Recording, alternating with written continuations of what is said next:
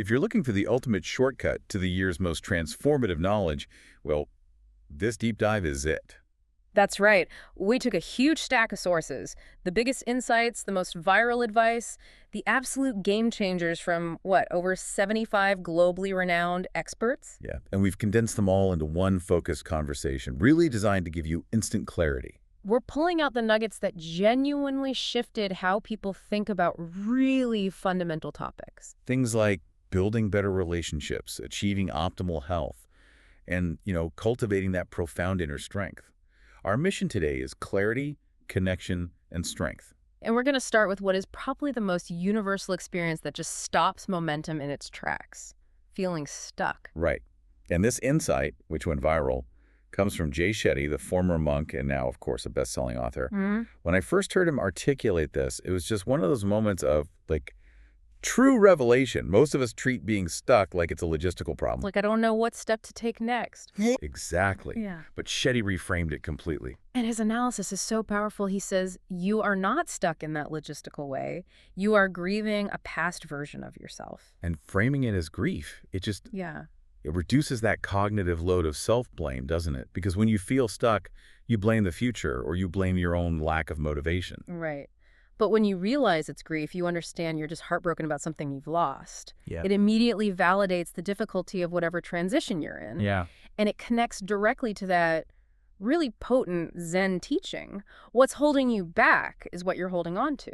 So it's not the destination that's blocking you. No, it's holding on to an identity, a past behavior, maybe an expectation or an attitude that simply it just doesn't fit the reality of your life anymore. And the examples he used really brought this concept home so powerfully.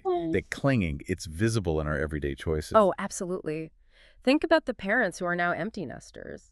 They often spend their time just walking around the house, looking at old photos, old memories. Surrounding themselves with an identity that isn't really there anymore. Exactly. They're clinging to a past role or, the person who's just gone through a breakup, but they still keep all their ex's clothes or photos around. They're still living as if that relationship was ongoing. They're actively resisting the change they need to make. So if the past is what's keeping the handbrake pulled, the crucial takeaway here is that momentum doesn't come from forcing yourself to know the exact path forward. It comes from that intentional act of releasing what is behind you. Which means the real question for you today is pretty simple. What identity, what habit, or what expectation are you consciously or unconsciously clinging to that is locking your future in place? You have to create the space for the new by letting go of the old. That concept of conscious release, I think it applies perfectly to our next subject, adult friendship. Oh, this was a huge topic. It was. The confusion and that sense of personal failure around losing friends or making new ones or even outgrowing them. It feels like such a high-stakes emotional transition, and we often just lack the language for it. That's why Danielle Bayard-Jackson's research on the evolution of adult friendships offered such widespread validation. People so often internalize this shame when their social circles shift. They think, oh, I must have done something wrong. And this next statistic, it's just a game changer because it removes that shame instantly. Jackson points to research showing you will naturally replace half of your close friends every 7 years. Half. Every 7 years. It's a normal, healthy, natural pruning that happens across your entire lifespan. It is not a sign of personal failure. Recognizing that it's normal is so critical. We're fed this romantic notion from movies and books of finding our one singular lifelong tribe or a single best friend. Right. But Jackson highlights research showing that 40% of adults do not currently have a best friend. 40%. Wow. So that pressure to find the one perfect person or that perfect tribe can be incredibly isolating. And it often leads to burnout, right? You're trying to squeeze one person into fulfilling every single role in your life. Yes. They have to be the mom friend, the late-night intellectual buddy, the happy hour date, and the personal growth coach. That is just too much weight for one relationship to bear. Absolutely. So the solution she advocates is releasing that romantic notion of the singular best friend and instead learning to seek what you need from the collective. From the village. From the village, exactly. Rather than relying on one person to satisfy all of your relational needs. This just gives you permission to be proactive about making new connections that actually fit your current chapter of life without feeling like you're somehow betraying your old ties. That clarity is so powerful for emotional health. Now, let's take that power and get intensely tactical. Let's shift into physical health. Okay. The data showed us our listeners care deeply about actionable long-term health this year, especially disease prevention. And this next segment is pure actionable science. It comes from Dr. Dawn Musalam. She's a double board certified Mayo Clinic cancer doctor and, critically, a stage 4 cancer survivor herself. So she lives this. She lives this, and she prioritizes things that are within our control. So these are the 5 specific research-backed foods she tells her cancer patients to prioritize every day. All right, what's the foundational first step? Berries. The Nurses' Health Study provided just compelling data on this. For every 2 servings of berries a week, the risk of breast cancer can be reduced. Go ahead. And for survivors, the risk of dying from a recurrence is reduced by a vital 25%. 25%. That's a huge effect for something so accessible. It's massive. It has an incredible protective benefit. What is the second food that really surprised listeners? Purple sweet potatoes. This is where the chemistry gets really fascinating. They contain 150% more anthocyanins than berries. Okay, let's unpack that term quickly because it sounds technical, but I know the mechanism here is key.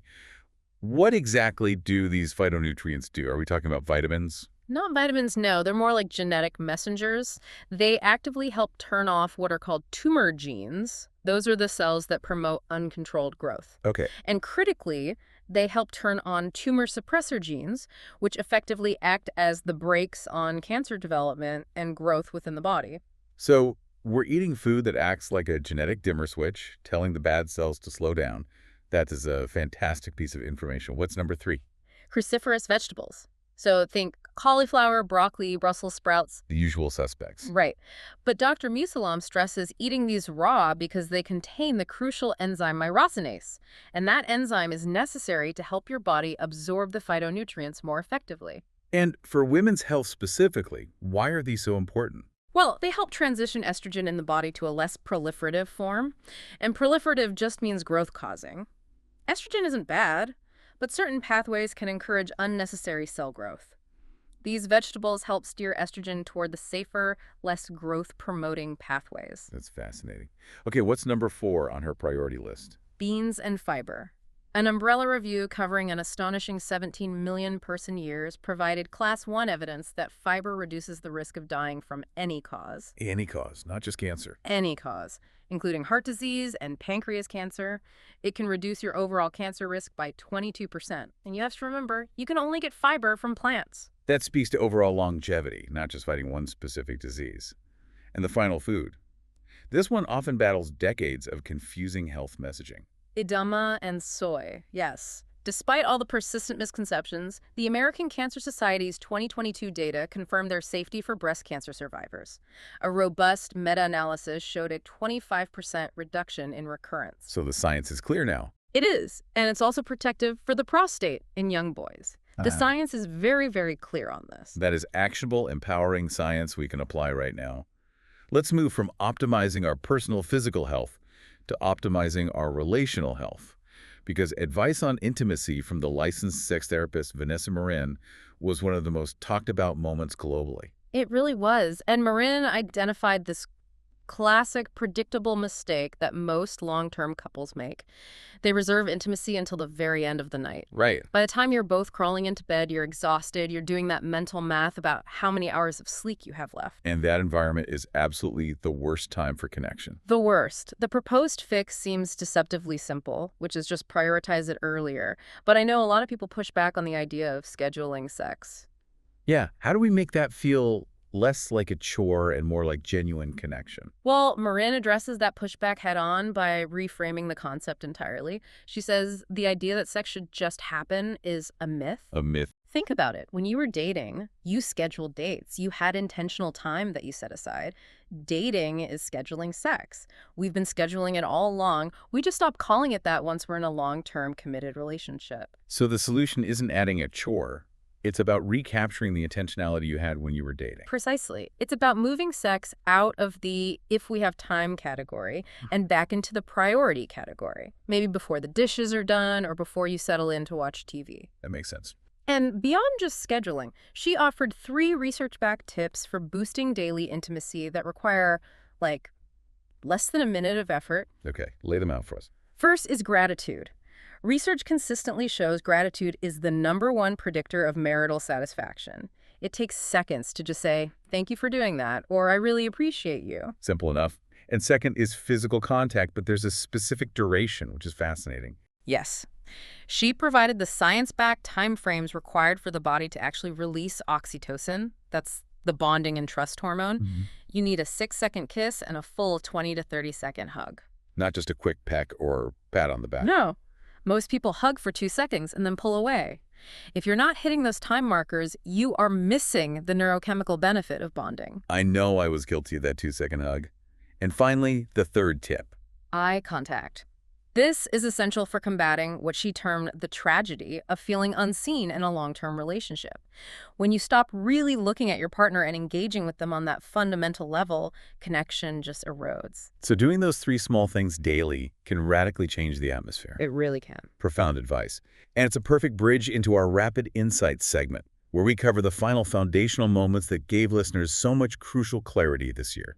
Let's start with Jason Wilson and the emotional world of men. Wilson's insight was essential for improving communication across gender lines.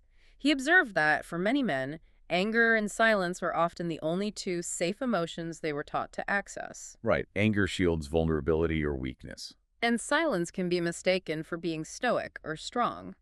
He used this compelling crayon box metaphor. Men are often forced to live within an 8-crayon emotional box, which, just leads to huge communication problems. And the practical fix he offered for better connection was that transition from anger to hurt, expressing the vulnerable emotion that's actually underneath the anger. Exactly. So instead of saying, "I'm angry you bought that without telling me," which just forces defensiveness, a man learns to say, "I feel hurt that you didn't trust me enough to consult me on that financial decision." It opens the door for a real discussion, not a fight. A mature, connecting discussion. Moving to another critical health truth, Dr. Stacy Sims' fundamental assertion was, and I love this, women are not small men. This is about empowerment through accurate data. It's about correcting decades of just bad information. So much of women's health, from general training guidelines to medicine doses, is often generalized from data drawn overwhelmingly from male physiology. Which Sims argues is a huge disservice that actually sabotages women's progress. It is. And the big practical takeaway here was the myth of fasted training. We've been told for years that exercising on an empty stomach is ideal for fat loss. But Sims' research found this works against women's bodies. Why is that? Because without any fuel, a woman's body registers that as a serious stressor. It begins to break down muscle mass for energy instead of getting optimal results. It hinders your overall strength and metabolic health. So what's the fix? Women need a tiny amount of fuel. A protein coffee, half a banana, even a spoonful of yogurt before exercise to signal to the brain that the muscle mass is safe and shouldn't be consumed. That is a fundamental reframe for so many exercise routines. Next, let's look at aging with power from Dr. Vonda Wright. She's an orthopedic surgeon who's treated over 100,000 patients. And she delivered a reckoning that resonated so deeply. She said, "Getting old is inevitable. Getting weak is not." That's powerful. She spoke to the heartbreaking reality of seeing patients, often women, suffering terrible quality of life after a fall or a broken hip, just filled with regret that they spent decades prioritizing everyone else's well-being over their own strength and mobility.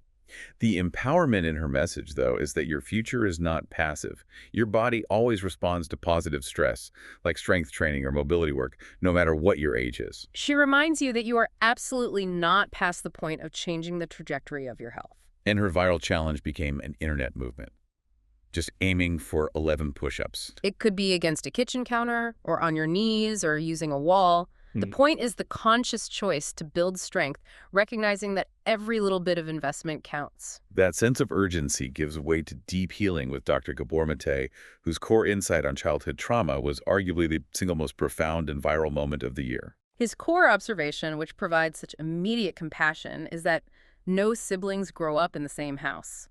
And if you've ever wondered why your childhood impacts you differently than your sister, even though you grew up with the same parents, this is the answer. Can you break down the factors that ensure this difference? Well, there are so many. There's birth order, for one, the changing economic situation of the parents, the phase of your parents' relationship, were they stable and happy or constantly fighting, your own gender, and your unique temperament. So you experience a different version of your parents. Completely. I, as the first child, experienced my parents when they were broke and scared. My sister, born a decade later, experienced them after they'd found some stability and confidence. We lived under the same roof, but we experienced different parents in different homes. That explanation offers immediate clarity. It reduces shame, and it gives you permission to stop fighting the past because you understand it was a unique environment you experienced. And finally, let's end on hope, championed by Brian Stevenson. He defines hope not as some fleeting mood, but as a muscle and a deliberate orientation of the spirit. If hopelessness is the enemy of justice, as he argues, then training hope becomes, well, a moral imperative. What action item did he give for training that muscle? Since hope requires training, we have to consciously feed it. He suggests learning the stories of what hopeful people did despite the odds. That active engagement with successful struggle is how you train your mind and your body to remain hopeful and resilient in difficult times. You know, if we synthesize this entire deep dive, the common thread across every single expert, from the monk to the sex therapist to the cancer doctor, is that intentional clarity leads to Actually, power. it does. Whether it's the clarity to let go of a past identity, understanding why your friendships naturally shift, knowing the precise daily actions that protect your body, or understanding your partner's emotional needs, this knowledge is transformative. And Dr. Von der Wright, she stressed that we have the ability to change the trajectory of our future if we choose not to be a victim of time. So if hope is a muscle you train and connection requires that intentionality, From a 30-second hug to scheduling time earlier. then what single, small, intentional action will you take today to consciously train your hopeful, stronger future? What conscious choice will you make to create that momentum?